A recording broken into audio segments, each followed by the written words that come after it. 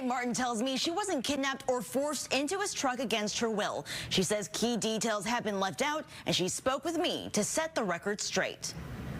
The last time Kelsey Martin ever saw Robert Rowland, whom she calls Bobby, was after this wreck, crawling out of Rowland's truck. I said Bobby, and then I tried to say something else and reached him to see if he was alive. Since then, she says she is no longer with Rowland. She's focused on her recovery, staying in an undisclosed location in King County with a friend and her pets. There was still a lot of swelling because my foot was broken in 5 places. Martin's now ex-boyfriend is in jail, facing multiple charges for driving the wrong way into Trudy Slanger, killing the Linwood grandmother on State Route 525. But charging documents describe Rowland's alleged violence started with an argument the day before the crash. He wasn't upset that I was going to rehab. He was upset that I was going without him. He wanted to go.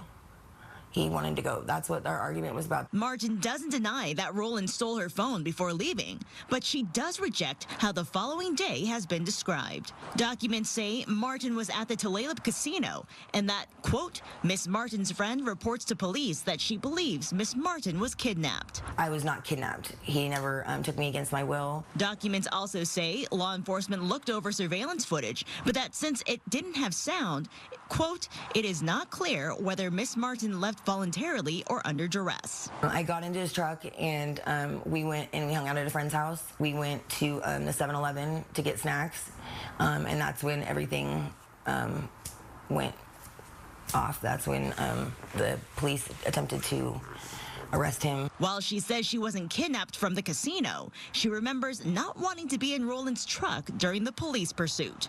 I just kept thinking about my son. I was yelling, screaming, I can't die, stop, we need to stop. Martin doesn't know why Rowland took off from police, only guessing that he didn't want to go to jail for prior offenses. I mean, literally seconds, they stopped, I looked back, saw them stop, I turned around, and then that car was coming at me. Martin says she doesn't have the words to describe her sorrow for Trudy Slanger. I remember laying on the pavement and wondering about her or the person in the car. I didn't know it was her at the time. Though she's speaking with Fox 13 to set the record straight. But I do believe that he doesn't, need to answer for what he did. She knows lives are forever changed. He's gonna have to deal with the consequences. He took a woman's life. As for what lies ahead for Martin, she says she starts a new job in a few days to help her get back on her feet, with more surgery scheduled in the coming weeks. In the newsroom, Nia Wong, Fox 13 News.